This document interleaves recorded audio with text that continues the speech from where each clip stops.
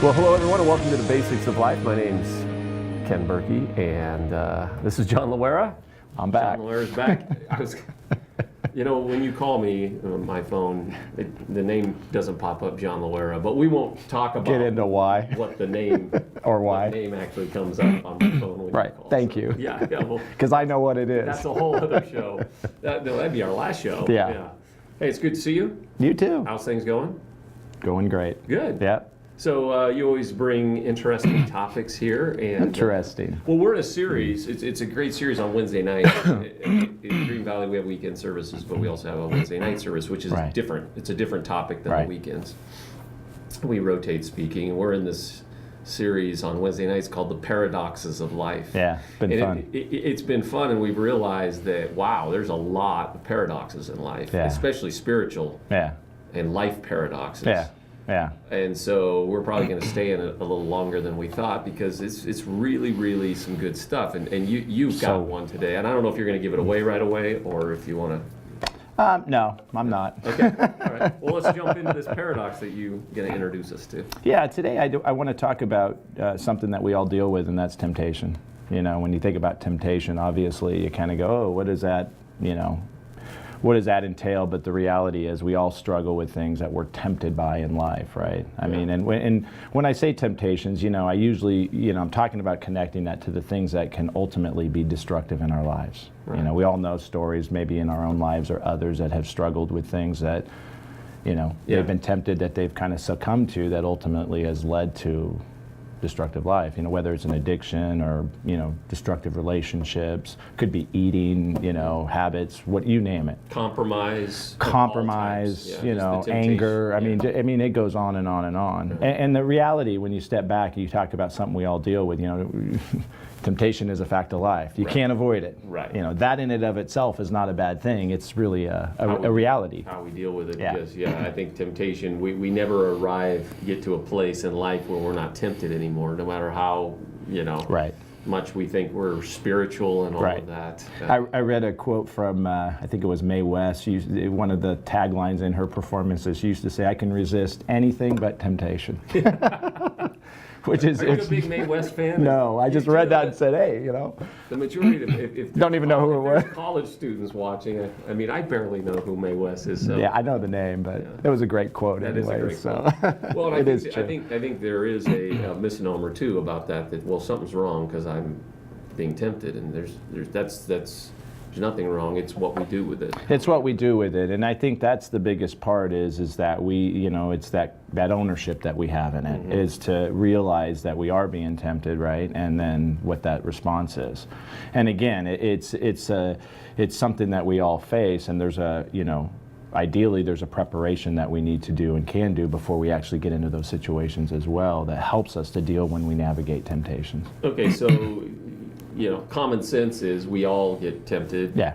Common sense, we've all seen the downfall of relationships, of people losing jobs, bad decisions. All of those things based on giving in to temptation. So what are the tools to say, because I don't know if anybody ever sets out to just do destructive things. Absolutely not. Maybe there comes a point, but most of the time that's not how temptation affects us. It just sneaks up on us. Absolutely. Or maybe it doesn't sneak up on. I don't know. Talk about that. It's kind of a both and. Well, and this is where the paradoxes come in, because there's actually two paradoxes I just want to talk about, and they're kind of common sense paradoxes in some ways, but it's easier said than done, so to speak. Which are really, these paradoxes are really strategies in how we deal with temptation. So the first one is that when it comes to temptation, in order to fight, the best way to fight is to retreat.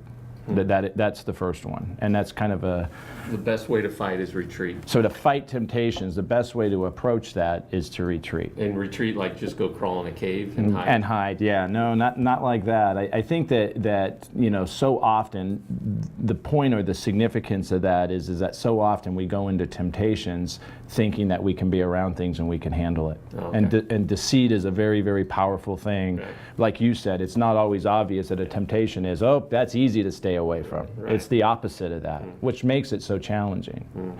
So we have to realize that when we enter into situations and are in situations that we fool ourselves so often to think, hey, I can handle this. I can have one drink. I can have one drink. Right. I can have a relationship outside of my marriage and be friends, and that's okay to share my emotions because I'll never go down that path. It's those sorts of things. Right. So I can put myself, if I'm really do struggle with diet or eating or anything like that I can be around all these foods or put myself into situations and I can overcome those. I'll give you, this is a shallow one, but it's such human nature it's just tortilla chips.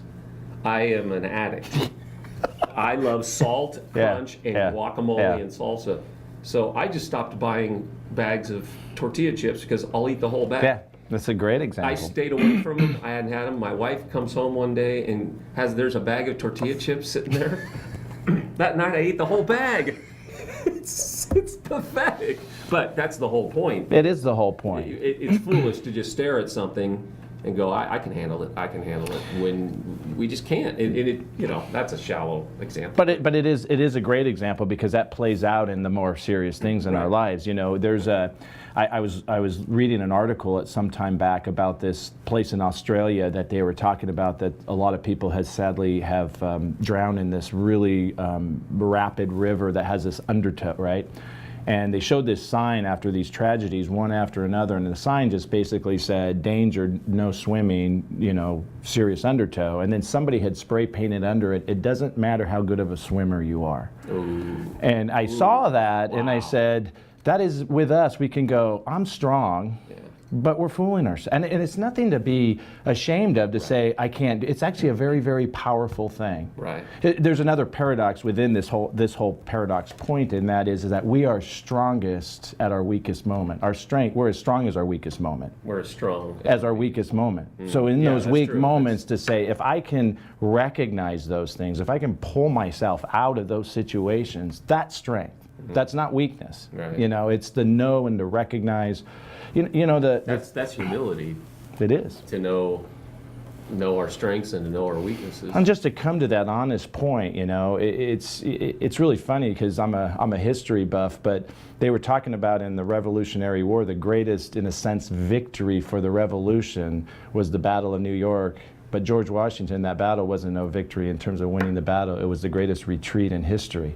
Really? That he got his troops out of a situation there that they had eminent defeat. There was no way they could win that. And so pride would have said, we're going to go right at it. And it would have been a slaughter. And so we put him out of that safe place to fight another day. And that's really what this actually builds strength in us, right? I mean, it's that part that says, I can do this. If I can recognize these things and I can have an exit strategy in those situations, it's the best way to fight it. Wow.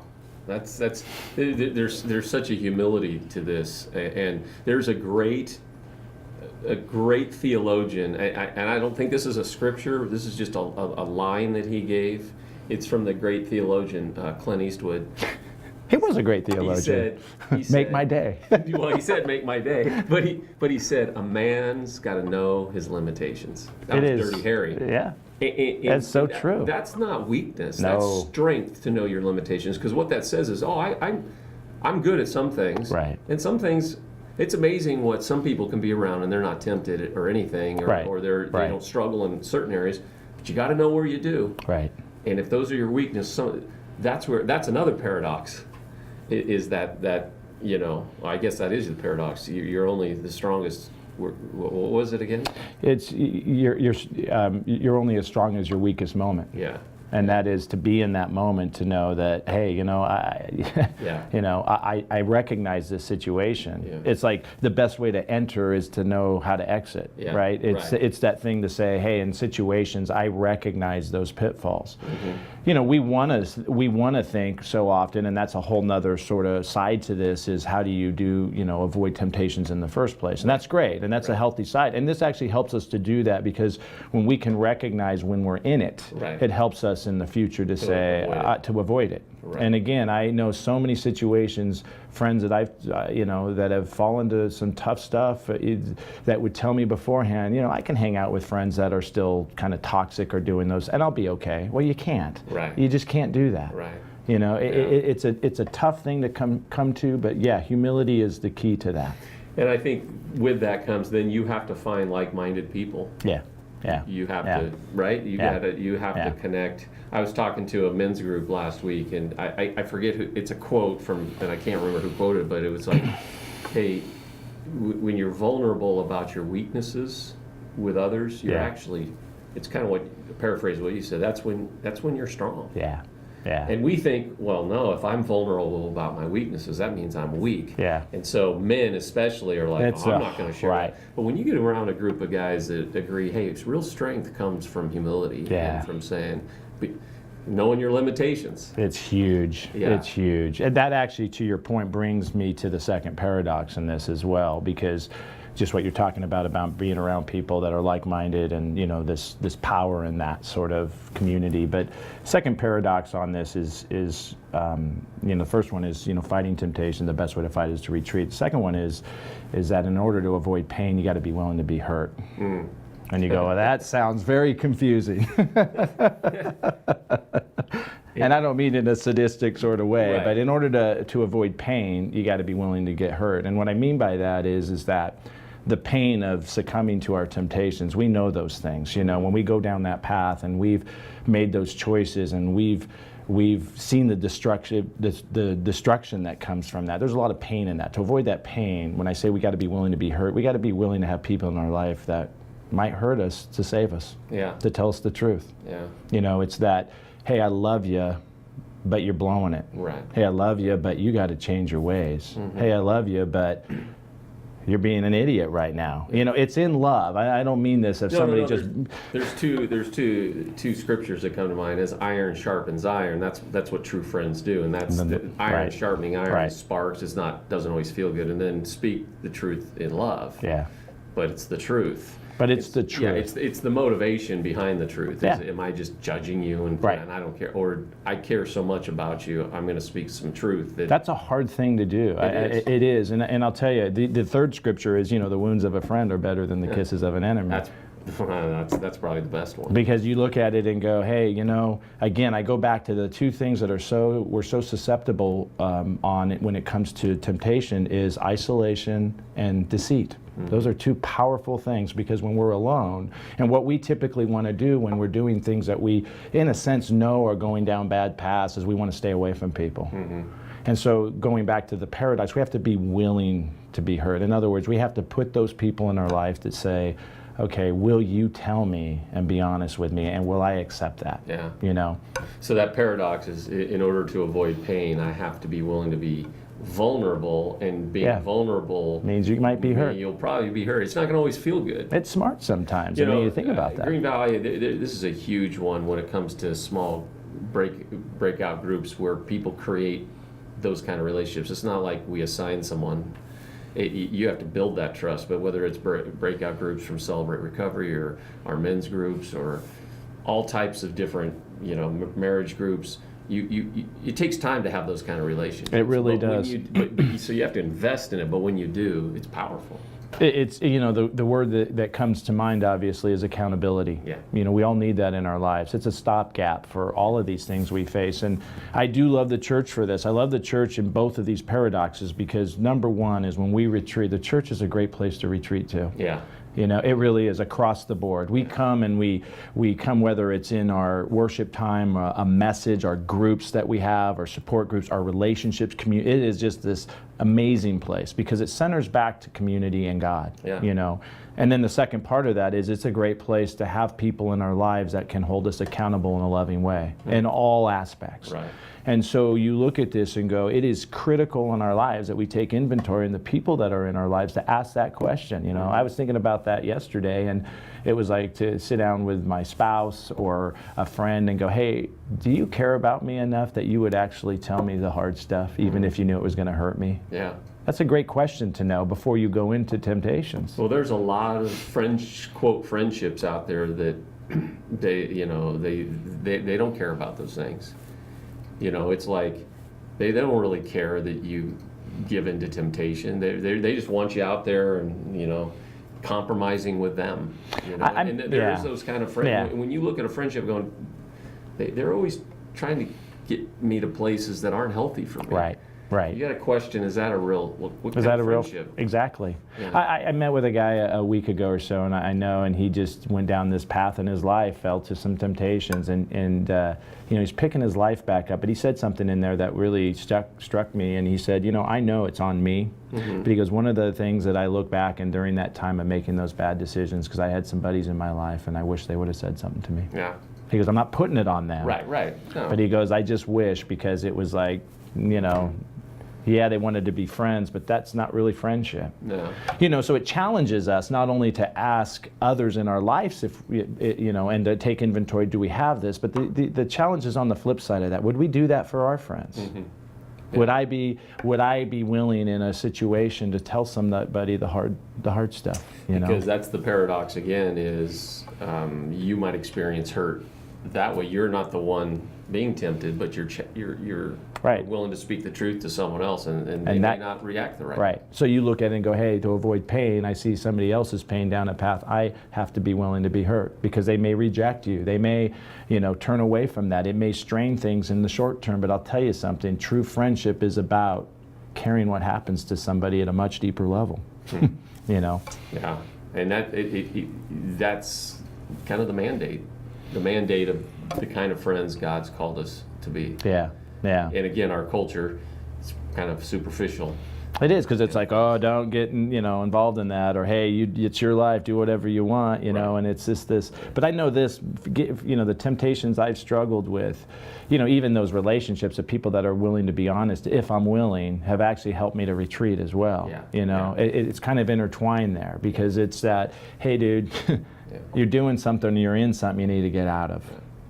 I think too. I mean, the healthy relationships are just the key, but it starts with that foundation. You got to know your limitations and that retreat thing. There is nothing wimpy. There is nothing weak. No. There is nothing. Right. The Bible says flee temptation. Yeah. And so there's nothing. That is wisdom. That is being smart. And that is showing your strength and your humility. Yeah, and I again, and the church is such a great place. I think about somebody who struggles too with maybe I don't have those relationships in my life. Right. And I love the church because Green Valley, you can come one time. I know it takes time to build healthy relationships, but there's an environment there even one time to take a step that is non-judging and safe. This whole thing about retreat is about a safety too, right. And it's a safe place. Yeah, and what is it? We tend to call a church building something, but there's a name that started. It's called a sanctuary. There you go. Well, sanctuary is a place of retreat, a place of safety. We think of we call the building a sanctuary, but it's not the building as much as the church is a sanctuary, a place where we should be safe with one another. Right. To retreat, to refuel, to have truth, spoken love, all of those things can happen. Yeah, Norman, if we have a moment, I got to remember this quote, but Norman Vincent Peale has a great quote, if I can remember. He says, part of the happiness in life is not comprised of the battles we fight, but of avoiding them. And he says that, a healthy retreat is actually a victory in and of itself. And it is so true. Going back to this week, people look at it and go, I'm running away, but it's like there's a victory in that, which is another paradox, know. That George Washington story. It's just like, hey, wait a minute here. I've been able to get myself out of that, and it strengthens us. Right. I go back to that I know over and over in those times I've been able to remove myself from situations. I actually get stronger to deal with those situations in the future. So Kenny Rogers was right. You got to know when to hold them. You got to know when to walk away and know when to run. That is a perfect way to end this. I had no idea how biblical Kenny Rogers was. He's also a theologian. I mean, obviously, what I love about this topic is there is a time to fight. There's a time in other situations. There is. But we never think of a retreat as a victory. But many times that's huge because it saves us from destruction. It allows us to get refueled, become wiser, and to live another day in the way God's called us to. And to be, because there will be another fight with those temptations, and it's actually preparing us to do that very thing. Awesome. Yep. Great topic. Fun Should stuff. do this on a Wednesday night sometime. Might do that. Okay. All right. Well, thank you, and thanks for being with us here on The Basics of Life, and we will see you next time.